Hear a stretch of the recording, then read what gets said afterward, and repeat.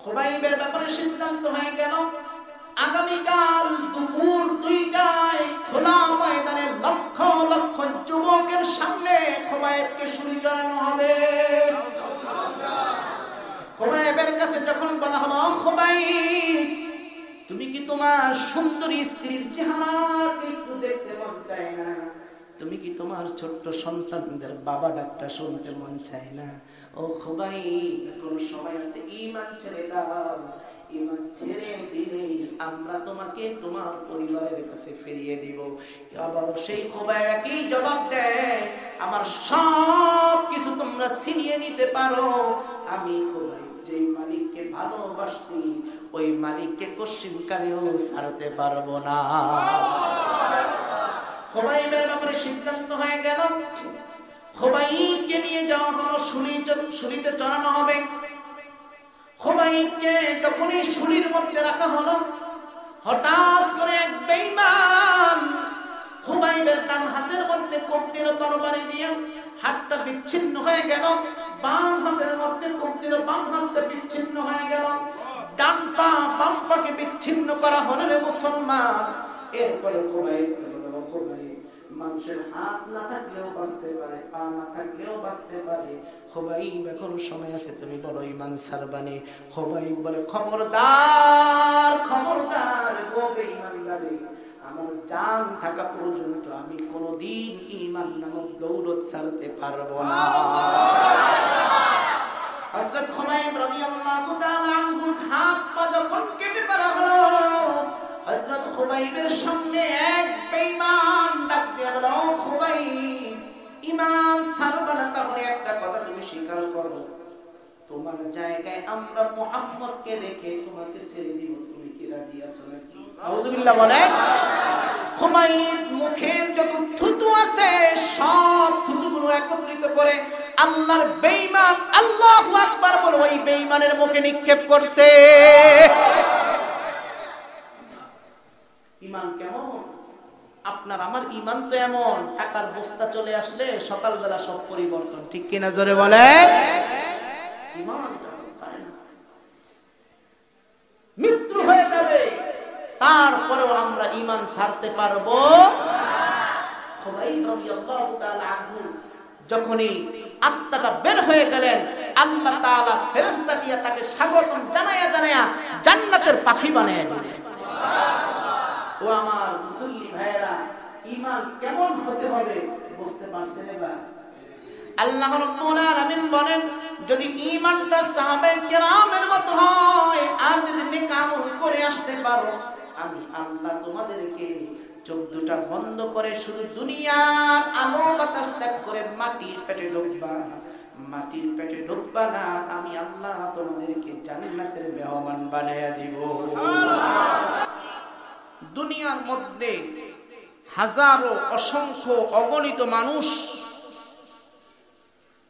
কোরআন হাদিসের নামে মানুষকে ভুল পথ প্রদর্শন করে। কোরআন হাদিসের নামে মানুষকে কি করে ভাই? ভুল পথ প্রদর্শন করে। এদেশে আবারও আপনাদেরকে এগুলো বারবার স্মরণ করিয়ে দেই, কারণ কিতাবের মধ্যে আসছে ইদা তাকাররারা তাকাররারা ফিল কলব, যেই জিনিসের আলোচনা যত বেশি হবে ওই জিনিসটাকে অন্তরের মধ্যে বসিয়ে দিবেন কে? আল্লাহ। আরেকটু জোরে বলেন কে? আল্লাহ। এদেশে কোরআন হাদিসের নামে ভণ্ড পীরের আস্তানা আছে না নাই? মাজার পন্থীদের গরম বাজার আছে না নাই? নারী পুরুষের একত্রে মিলন মেলা আছে না নাই? এরা কখনো আল্লাহর জান্নাতের পথ দেখাতে পারে না। যেই পথ, যেই দরবার কোরআন হাদিসের সঠিক আলোচনা হয়, সেখানে কোনোদিন নারী পুরুষের বেপরদা মিলন মেলা একত্র হতে পারে না। সবাই বলেন হতে পারে না। যেই সমস্ত দরবারের মধ্যে কোরআন হাদিসের নামে, আল্লাহর পথের নামে মাজার পূজারি শিরক করা হয়, সেজদা দেওয়া হয়, তারা কখনো জান্নাতের পথ না, সেগুলো হলো জাহান্নামের পথ, ঠিক কিনা জোরে বলে? দুনিয়ার মধ্যে এই ধরনের ভণ্ডামি আছে না নাই? সবাই বলেন আছে না নাই? আমি আপনাদের মুসলমানদের জবান থেকে শুনতে চাই, একমাত্র সেজদা পাওয়ার মালিক কে? সবাই বলেন সেজদা পাওয়ার মালিক কে? কোন মাজারে সেজদা করা যাবে? কোন পীরের পায়ে সেজদা করা যাবে? কোন ভণ্ডের সামনে মাথা নত করা যাবে? কোন মানুষের সামনে, কোন সৃষ্টিজীবের সামনে মাথা নত করা যাবে? একজনের সামনে মাথা নত করতে হবে, তিনি কে? সবাই বলেন তিনি কে?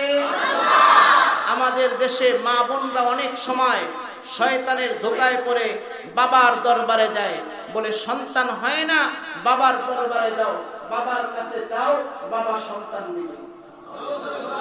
এত আসতে বললেন, নাউজুবিল্লাহর আওয়াজে বোঝা যায় আপনার ঈমানের পাওয়ার কত। আরো জোরে বলেন। সন্তান দেওয়ার মালিক কে? অর্থ সম্পদ দেওয়ার মালিক কে? সম্মানের মালিক কে? অপমান, ইজ্জত সব কিছু একজনের হাতে, তিনি কে?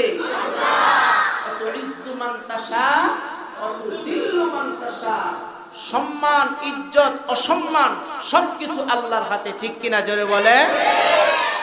ও আমার কলিজার টুকরা ভাইয়েরা, সম্মানিত সুধী, আমাদেরকে মনে রাখতে হবে জান্নাতের পথ একটা, আর সেই পথ প্রদর্শন করে আল কোরআন। সেই বলেন, সেই পথ প্রদর্শন করে কে? সেই পথ প্রদর্শন করে কে? কথাটা কি আমার না আল্লাহ? বলেন কথাটা কার? আল্লাহ রাব্বুল আলামিন 15 নম্বর পারার 2 নম্বর পৃষ্ঠা সূরাতুল বনী ইসরাঈলের 9 নম্বর আয়াতের মধ্যে আল্লাহ জানিয়ে দেন, ইন্না হাযাল কুরআন ইয়াহদি লিল্লাতী হিয়া আকওয়াম। এই কোরআন হলো সেই কোরআন যেই কোরআন ইয়াহদি লিল্লাতী হিয়া আকওয়াম। আল্লাহু আকবার। যেই কোরআন মানুষকে সবচেয়ে ভেজাল মুক্ত সহজ সরল পথ প্রদর্শন করে। যেই কোরআন সবচেয়ে সহজ সরল পথ প্রদর্শন করে, যিনি, যেই কিতাব, সেই কিতাবের নাম কি? সেই কিতাবের নাম হলো কোরআন। এই পথে যারা চলবে আল্লাহ রাব্বুল আলামিন তাদেরকে বলেন ওয়া ইউবাশশিরুল মুমিনিন। যারা এই পথে চলবে তারা হলো মুমিন। আল্লাহ রাব্বুল আলামিন তার হাবিবকে বলে দেন, ও হাবিব, আপনি আমার ওই মুমিন বান্দাদেরকে সুসংবাদ দিয়ে দেন, ঈমান আনার পরে তারা যদি ঈমানের উপরে অটল থাকে, অবিচল থাকে, সঠিক ঈমান গ্রহণ করে, সঠিক ঈমান না বেজাল যুক্ত ঈমান। ঈমানটা কেমন হবে? বেজাল যুক্ত না একবারে পারফেক্ট? পারফেক্ট ঈমান যদি আপনার হয়, আল্লাহ রাব্বুল আলামিন বলেন ঈমান আনার পরে ইয়ামালুনাস সালিহাত, নেক কাজ করবে, ভালো কাজ করবে। এই মানুষগুলো ঈমান আনার পরে নেক কাজ করে যখন আমি আল্লাহর দরবারে আসবে, আন্না লাহুম আজরান কাবীরা, আমি আল্লাহর দরবারে আসবে, আমি আল্লাহ তাদের জন্য বড় পুরস্কার রেখে দিয়েছি। সবাই বলেন, বড় পুরস্কার রেখেছেন কে? এবার আপনাদের কাছ থেকে জানতে চাই, ঈমানটা কেমন হতে হবে? একেবারে পারফেক্ট ঈমান হতে হবে না বেজালওয়ালা ঈমান? দরবারি ঈমান না কোরআনওয়ালা ঈমান? মাজারওয়ালা ঈমান না কোরআনওয়ালা ঈমান? ভণ্ডওয়ালা ঈমান না কোরআনওয়ালা ঈমান? আমরা কোরআনের কাছে না ভণ্ডদের কাছে? আরো জবাব দেন, কোরআনের কাছে না ভণ্ডদের কাছে? আল্লাহ তাআলা আপনাদের এই সাক্ষীগুলোকে কবুল করেন। তাহলে আমাদের ঈমানটা কেমন হতে হবে? একবারে খালেস পারফেক্ট খাঁটি ঈমান হতে হবে। ঈমানটা কি হতে হবে? ঈমান কেমন হতে হবে? কোরআন থেকে আপনি জবাব নিয়ে নেন। 1 নম্বর পারা 2 নম্বর পৃষ্ঠা সূরাতুল বাকারার 13 নম্বর আয়াতের মধ্যে আল্লাহ রাব্বুল আলামিন বলে দিয়েছেন কোরআনটা কেমন হবে।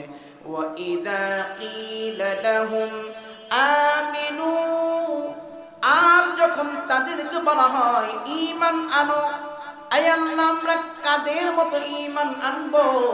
আল্লাহ রাব্বুল আলামিন বলে দিয়েছেন কামা আমানান নাস, তোমরা লোকদের ঈমানের ন্যায় ঈমান আনো। এই লোক দ্বারা উদ্দেশ্য হলো সাহাবায়ে কেরাম। বলেন কি উদ্দেশ্য? তাহলে আমাদের ঈমানটা কাদের ঈমানের মতো হতে হবে? সবার কাছ থেকে শুনতে চাই, কাদের মতো? সাহাবায়ে কেরামের ঈমানের মতো যদি আপনার ঈমান হয়, তাহলে আল্লাহ তাআলা আপনাদেরকে আমাদেরকে বড় পুরস্কার দেওয়ার ওয়াদা করেছেন, ঠিক কি না? তাহলে এখন আমাকে জানতে হবে সাহাবায়ে কেরামের ঈমানটা কেমন ছিল। কি বলেন, জানা দরকার আছে নি?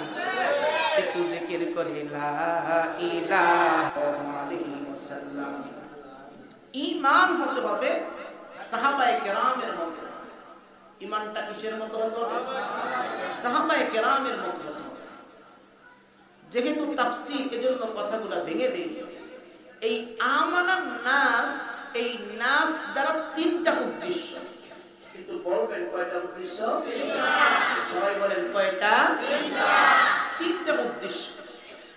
এক নম্বর উদ্দেশ্য হলো সাহাবায়ে কেরাম। দুই নম্বর উদ্দেশ্য হলো সূরাতুল বুরুজের মধ্যে একটা বালকের ঈমানের কথা আলোচনা করা হয়েছে।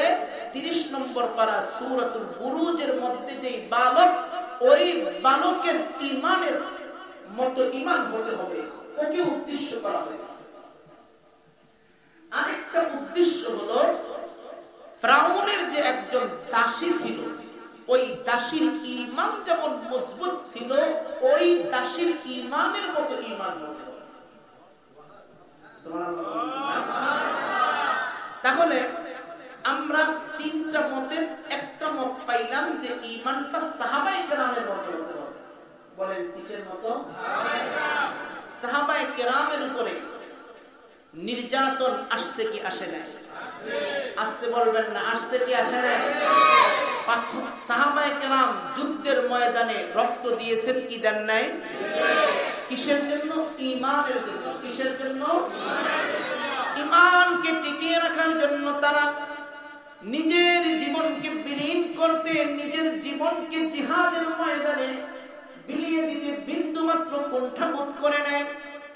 সাহাবায়ে কেরামের কাছে ঈমান এত দামি ছিল, তাদের ঈমানকে রক্ষা করার জন্য নিজের সন্তান ছেড়েছে, নিজের স্ত্রী ছেড়েছে, নিজের ঘর ছেড়েছে, নিজের জমি ছেড়েছে, নিজের দামি দামি ঘর ছেড়ে দিয়েছে, ঠিক কি না?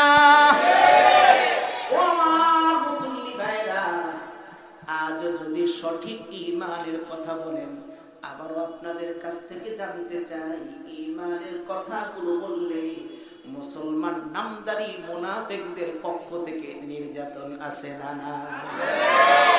ঈমানের সঠিক কথা বলছে যখনই যেই নবী ঈমানের সঠিক কথা বলছে, কেউ মনে কষ্ট নেবেন না, কোরআন হাদিসের সঠিক কথা বলতে হবে। এজন্যই বলতেছি, সর্বপ্রথম ঈমানের কথা যখন বলা হয়েছে, তখন কোন দিন মজুর, কোন রিকশাওয়ালা, কোন ঠেলা গাড়িওয়ালা, কোন দিনের বেলা কাজ করে এমন কোন লোক বাধা দেয় নাই। দ্বীনের কথা যখন আসছে, কালেমার কথা যখন আসছে, হক কথা যখন আসছে, ওই সময়ের মধ্যে যারা অর্থশালী ছিল, যারা সম্পদশালী ছিল, যারা সময়ের মধ্যে প্রভাবশালী ছিল, এই মানুষগুলাই সবচেয়ে বেশি ঈমানের বিরোধিতা করেছে।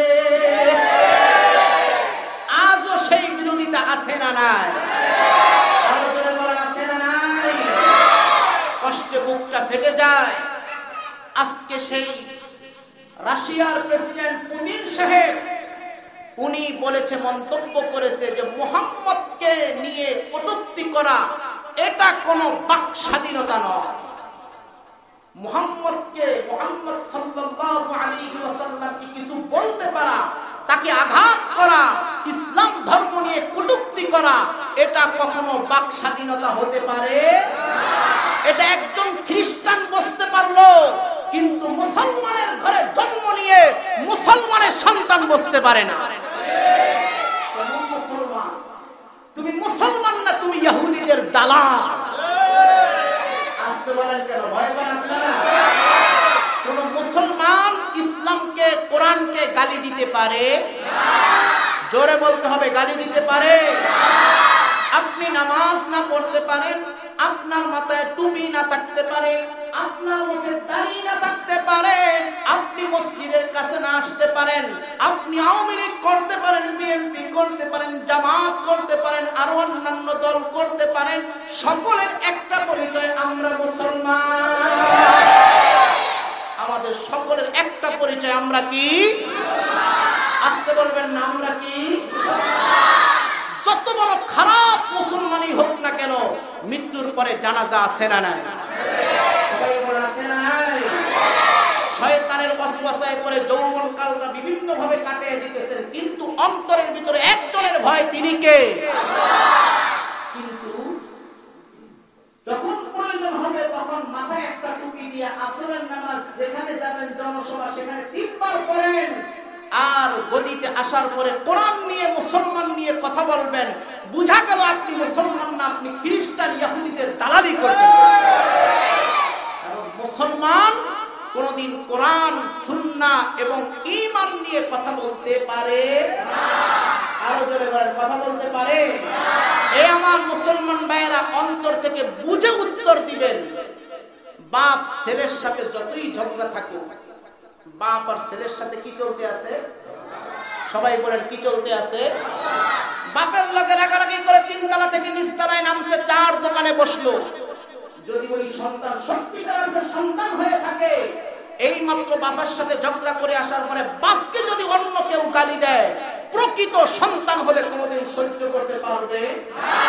আসতে বলবেন না, পারবে? মুসলমান মসজিদে আসবে না, ঠিক আছে, দাড়ি না রাখতে পারে, ঠিক আছে, লম্বা জামা গায়ে না দিতে পারে, ঠিক আছে, কোরআনের বিরুদ্ধে কথা বললে, ঈমানের বিরুদ্ধে কথা বললে মুসলমান চুপ করে থাকবে না। এটাই আমাদেরকে ইসলাম শিক্ষা দেয়, ঠিক কিনা জোরে বলেন? ইসলামের এটাই প্রকৃত শিক্ষা, ইসলামের এটাই প্রকৃত শিক্ষা। আপনি যত কিছুই করেন না কেন, একটা কাজ করবেন, কোনদিন আল্লাহকে গালি দিবেন না। কথা বলেন, ঠিক কিনা? শিরক করবেন না, ঠিক কিনা? মূর্তির সামনে, বাতিলের সামনে মাথা নত করবেন না, ঠিক কিনা? যত বড়ই পাপী হন না কেন, আমি আব্দুল মুমিন বলে দিলাম, মৃত্যুর আগ মুহূর্তে, সাকারাতুল মউতের আগেও যদি আল্লাহকে আল্লাহ বলে ডাক দেন, মাফ করে দিবেন কে? আল্লাহ। আরেকটু জোরে বলেন, কে?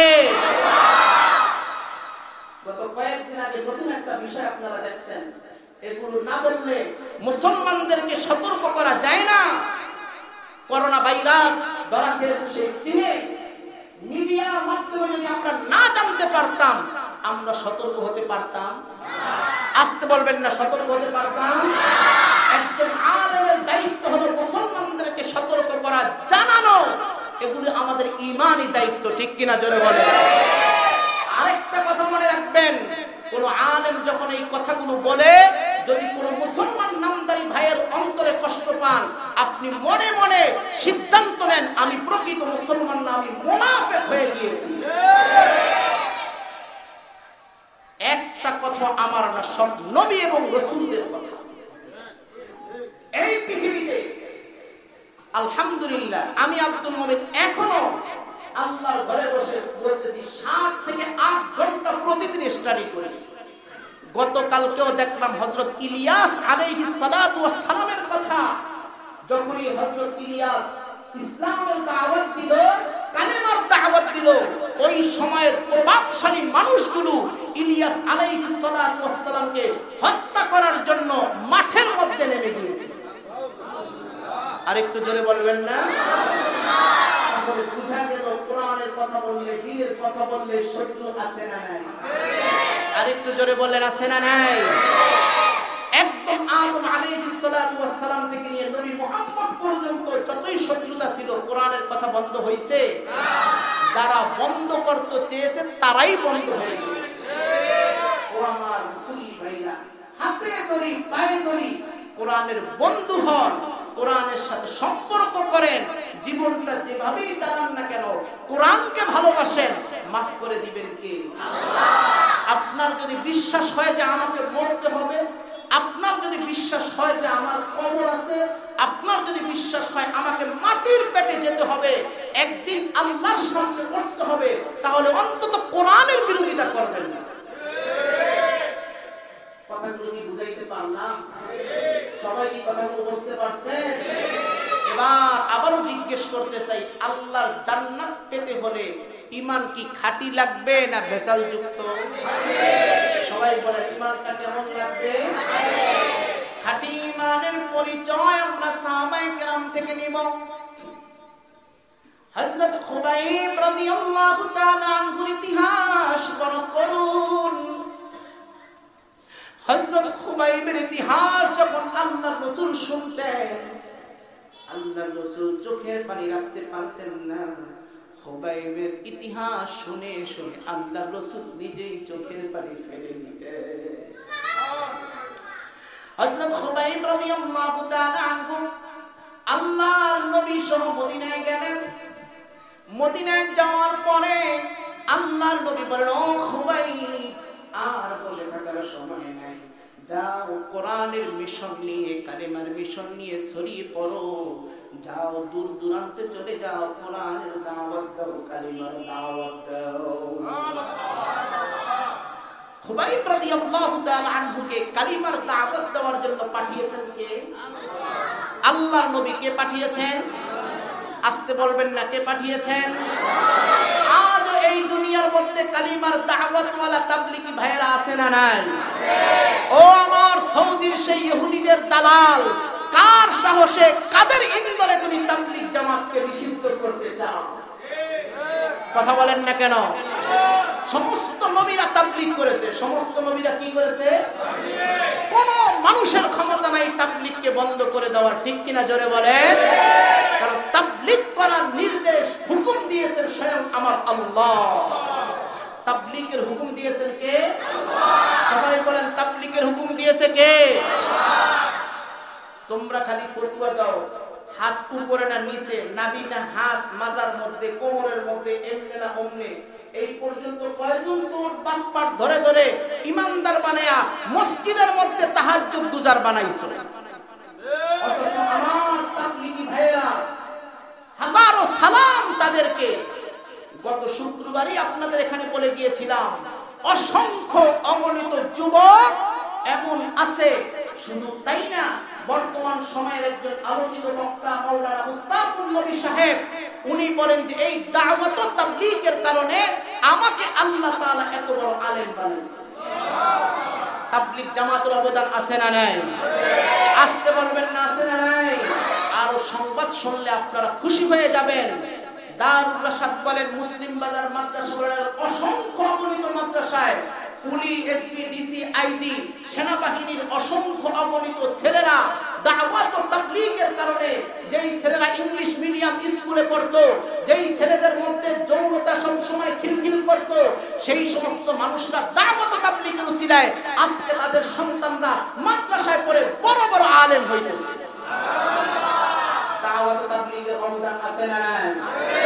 আরো জোরে বলেন, আছে না নাই?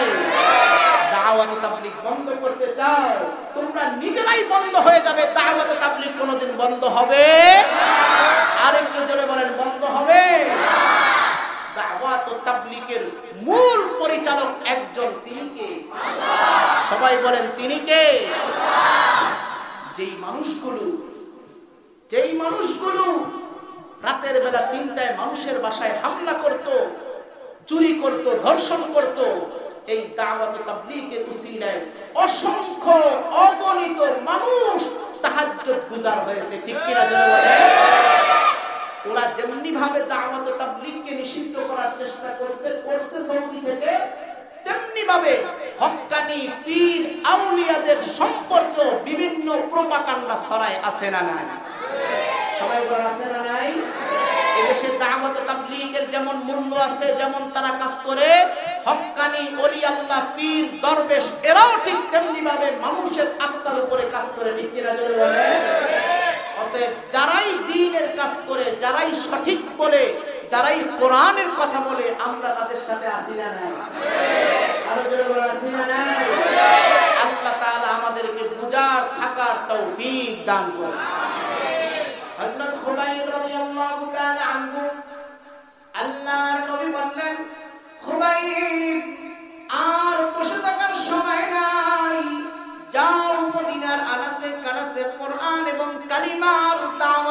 চলে যাও। হযরত খুবাইব মদিনা থেকে বহু দূরে চলে গেলেন কালেমার দাওয়াত দেওয়ার জন্য। আবু জাহেলের গোষ্ঠী হযরত খুবাইবকে পেয়ে গ্রেফতার করে মক্কায় নিয়ে যায়। একদিন নয়, দুই দিন নয়, হযরত খুবাইব রাদিয়াল্লাহু তাআলা আনহুকে 8 মাস তারা জেলখানার মধ্যে আবদ্ধ করে রাখে। বলেন কয় মাস? সবাই বলেন কয় মাস? একটা কথা মনে রাখবেন, সংসারে যদি 4 ভাই থাকে, 2 বোন থাকে, 6 বোন থাকে, যখনই বড় ভাই সম্পত্তির উপরে উল্টাপাল্টা করতে চায়, ছোট ভাইদেরকে ভালো রূপ না দিয়া বড় ভাই ভালো রূপ ব্যবহার করতে চায়, জায়গা ব্যবহার করতে চায়, বাড়ি দখল করতে চায়, এই ধরনের ফ্যামিলি আমাদের দেশে আছে না? না।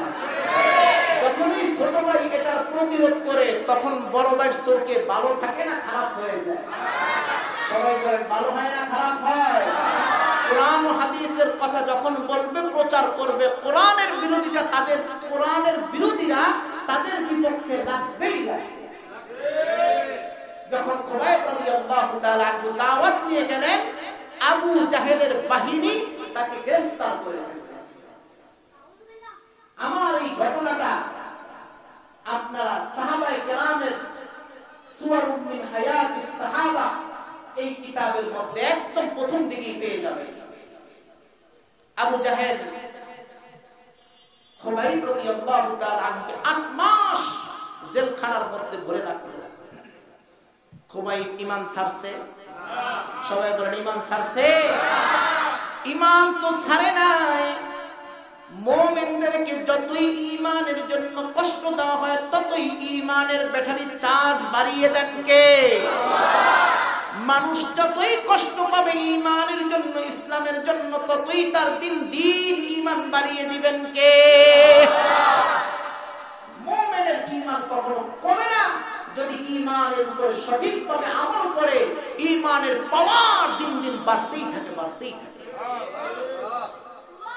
8 মাস পরে জিজ্ঞাসা করে, ও খুবাইব, আর কতদিন এইভাবে থাকবে? তোমার কি সন্তানের মায়া হয় না, স্ত্রীর মায়া হয় না?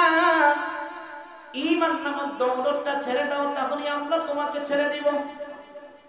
খুবাইব রাদিয়াল্লাহু তাআলা আনহু বলেন, আমার ঈমান তো ভালো কথা, আমার ঈমান, আমার সব চলে যেতে পারে, আমার ঈমান নামক দৌলত আমি ছাড়তে পারবো না। আবু জাহেলের স্বভাব, আবু জাহেলের মন্ত্রী পরিষদ যারা ছিল, সিদ্ধান্ত নিল ঈমান তো বড় অটল, ওকে ঈমান কিভাবে দুর্বল করা যায়, ওর ঈমান কিভাবে দুর্বল করা যায়, বলে ওকে এতদিন আমরা আবদ্ধ রাখছি, এখন ওর খানা পানি সব বন্ধ করে দাও। মুসলমান কি খানার জন্য ঈমান গ্রহণ করছে? সবাই বলেন খানার জন্য আমরা ঈমান গ্রহণ করছি। আমরা কোরআনকে ভালোবাসি কার জন্য? আল্লাহর জন্য। আমাদের খানা পানি সব কিছু যদি বন্ধ হয়, তবু আমরা ঈমান ছাড়তে রাজি না। খুবাইব রাদিয়াল্লাহু তাআলা আনহুকে জেলখানার মধ্যে দিয়ে খাবার দিতেন, খাবারগুলোকে বন্ধ করে দেওয়া হলো। ও আমার মুসল্লি ভাইরা, একটু জানতে চাই রিজিকের মালিক কে? খুবাইব রাদিয়াল্লাহু তাআলা আনহু রাতের বেলা তাহাজ্জুদ পড়ে আর চোখের পানি ফালায়, কোরআন তেলাওয়াত করে। একদিন, 2 দিন, 3 দিন না খেয়ে আছে। আশ্চর্য হয়ে গেল, চতুর্থ দিন হযরত খুবাইব চোখ বন্ধ করে মালিকের দরবারে কান্না করে, মালিক, আমি তোমাকে ভালোবাসি, তোমার হাবিবকে ভালোবাসি, আমি তোমার দরবারে ঈমান নিয়ে যেতে চাই। ওরা আমাকে যতই কষ্ট দেখ না কেন, আল্লাহ আপনি আমাকে সবর করার তৌফিক দান করেন। হযরত খুবাইব মুনাজাত শেষ করে চোখ খুলে দেখে আল্লাহ তাআলা জান্নাত থেকে খুবাইবের জন্য খাবার পাঠিয়ে দিয়েছে। আর একটু জোরে বলেন, জান্নাত থেকে খাবার পাঠিয়ে দিয়েছেন কে? ও আমার মুসল্লি ভাইয়েরা, আবারও আপনাদেরকে বলি, এই কোরআনের জন্য, ঈমানের জন্য যতই নির্যাতন আসুক না কেন, কষ্ট আসুক না কেন, ঈমান ছাড়বো না লেগে থাকবো? সবাই বলেন ঈমানের সাথে আছি না নাই? হযরত খুবাইব রাদিয়াল্লাহু রাদিয়াল্লাহু তাআলা আনহু 3 দিন চলে গেল। চতুর্থ দিন আল্লাহর দরবারে কান্না করলেন, মালিক তুমি আমাকে সবর করার তৌফিক দান করো।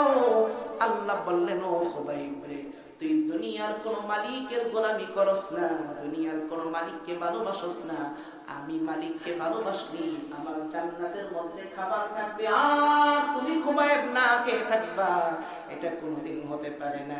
আমি আল্লাহ ফেরেশতা দিয়ে তোমার জন্য খাবার পাঠিয়ে দিলাম। তাহলে আল্লাহর কাজ করলে আল্লাহ খাওয়াবেন কি খাওয়াবেন না? আমি কয়েক শুক্রবার আগে বলেছিলাম, যেই খতিব সাহেব, যেই ইমাম সাহেব কোরআনের কথা বলে, হক কথা বলে চাকরি দিয়েছে, এই বাংলার জমিন সাক্ষী, আল্লাহ তাদেরকে তার চাইতে বড় বড় খেদমতের ব্যবস্থা করে দিয়েছে। বলে আল্লাহর গোলামি করলে আল্লাহ খুশি না বেজার? হযরত খুবাইব রাদিয়াল্লাহু তাআলা আনহুকে দেখার জন্য গেল কাফেরদের গুপ্তচররা। গিয়ে দেখে বলে, কিসের জান্নাত আপনারা বন্ধ করেছেন, রুটি বন্ধ করে দিয়েছেন। খুবাইব তো এখন আর রুটি খায় না, খুবাইব এখন জান্নাতের ফল খাইতে আছে। ফল দামি না রুটি দামি? সবাই বলেন কোনটা দামি? খুবাইবের খানা দানা বন্ধ করে দিয়েছেন, পানি বন্ধ করে দিয়েছেন। আমার আল্লাহ খুবাইবকে জান্নাতের পানি পান করাইতে আছে। ওই আল্লাহ আছে না? না, একটু মহব্বত করে ডাকতেন আল্লাহ। আল্লাহ তাআলা কবুল করে। হযরত খুবাইব রাদিয়াল্লাহু তাআলা আনহুর কাছে চতুর্থ দিন যখন দেখলো খুবাইবকে জেলখানায় আটকে, ঈমানের দাওয়াত, ঈমান হারানো যায় না, ঈমান ছিনিয়ে নেওয়া যায় না, খাবার বন্ধ করে দিলাম, তারপরে ঈমান ছিনিয়ে নেওয়া যায় না, আল্লাহ জান্নাত থেকে খাবার খাওয়ায়। মন্ত্রী পরিষদ আবার বৈঠকে বসলো। এবার খুবাইবকে আর ছেড়ে দেওয়া যায় না রে, এবার আমরা খুবাইবকে পৃথিবী থেকে বিদায় করে দিই। খুব বুঝার চেষ্টা করি, ঈমান অনেক বড় দামি একটা সম্পদ। যারা ঈমানের স্বাদ পাইছে তাদের গায়ের মধ্যে কেটে কেটে লবণের ছিটা দিবে, তারপরে তারা ঈমান ছাড়বে না। সিদ্ধান্ত মোতাবেক কাজ। খুবাইবের ব্যাপারে সিদ্ধান্ত হয়ে গেল, আগামীকাল দুপুর 2টায় খোলা ময়দানে লক্ষ লক্ষ যুবকের সামনে খুবাইবকে শুলি চড়ানো হবে। খুবাইবের কাছে যখন বলা হলো, খুবাইব তুমি কি তোমার সুন্দরী স্ত্রীর চেহারা একটু দেখতে মন চায় না? তুমি কি তোমার ছোট্ট সন্তানদের বাবা ডাকটা শুনতে মন চায় না? ও খুবাইব, কোন সময় আছে, ঈমান ছেড়ে দাও, ঈমান ছেড়ে দিলে আমরা তোমাকে তোমার পরিবারের কাছে ফিরিয়ে দিব। আবার সেই খুবাইব একই জবাব দেয়, আমার সব কিছু তোমরা ছিনিয়ে নিতে পারো, আমি খুবাইব যেই মালিককে ভালোবাসি ওই মালিককে কশিনকালেও ছাড়তে পারবো না। খুবাইবের ব্যাপারে সিদ্ধান্ত হয়ে গেল, খুবাইবকে নিয়ে যাওয়া হলো, শুলিতে চড়ানো হবে। খুবাইবকে যখনই শুলির মধ্যে রাখা হলো, হঠাৎ করে এক বেঈমান খুবাইবের ডান হাতের মধ্যে কোপ দিল তরবারি দিয়ে, হাতটা বিচ্ছিন্ন হয়ে গেল। বাম হাতের মধ্যে কোপ দিল, বাম হাতটা বিচ্ছিন্ন হয়ে গেল। ডান পা বাম পাকে বিচ্ছিন্ন করা হলো রে মুসলমান। এরপরে খুবাইব মানুষের হাত না থাকলেও বাঁচতে পারে, পা না থাকলেও বাঁচতে পারে। খুবাইব এখন সময় আছে, তুমি বলো ঈমান ছাড়বানি? খুবাইব বলে, খবরদার খবরদার গো বেঈমানদারে, আমার জান থাকা পর্যন্ত আমি কোনদিন ঈমান নামক দৌলত ছাড়তে পারবো না। হযরত খুবাইব রাদিয়াল্লাহু তাআলা আনহু হাত পা যখন কেটে ফেলা হলো, হযরত খুবাইবের সামনে এক বেঈমান ডাক দিয়ে বলল, খুবাইব ঈমান ছাড়বা না? তাহলে একটা কথা তুমি স্বীকার করো, তোমার জায়গায় আমরা মুহাম্মদকে রেখে তোমাকে ছেড়ে দিব, তুমি কি রাজি আছো নাকি? আউযুবিল্লাহ বলেন। খুবাইব মুখের যত থুতু আছে সব থুতুগুলো একত্রিত করে আল্লাহর বেঈমান আল্লাহু আকবার বলে ওই বেঈমানের মুখে নিক্ষেপ করছে। ঈমান কেমন? আপনার আমার ইমান তো এমন, টাকার বস্তা চলে আসলে সকালবেলা সব পরিবর্তন, ঠিক কিনা জোরে বলে? ইমান মৃত্যু হয়ে যাবে, তারপরেও আমরা ইমান ছাড়তে পারবো। যখনই আত্মাটা বের হয়ে গেলেন, আল্লাহ তাআলা ফেরেশতা দিয়ে তাকে স্বাগতম জানায়া জানায়া জান্নাতের পাখি বানায়া দিলেন। ও আমার মুসল্লি ভাইরা, ঈমান কেমন হতে হবে বুঝতে পারছেন? এবার আল্লাহ রাব্বুল আলামিন বলেন, যদি ঈমানটা সাহাবায়ে কেরামের মতো হয় আর যদি নেক আমল করে আসতে পারো, আমি আল্লাহ তোমাদেরকে চোখ দুটা বন্ধ করে শুধু দুনিয়ার আলো বাতাস ত্যাগ করে মাটির পেটে ঢুকবা, মাটির পেটে ঢুকবা না, আমি আল্লাহ তোমাদেরকে জান্নাতের মেহমান বানায়া দিব।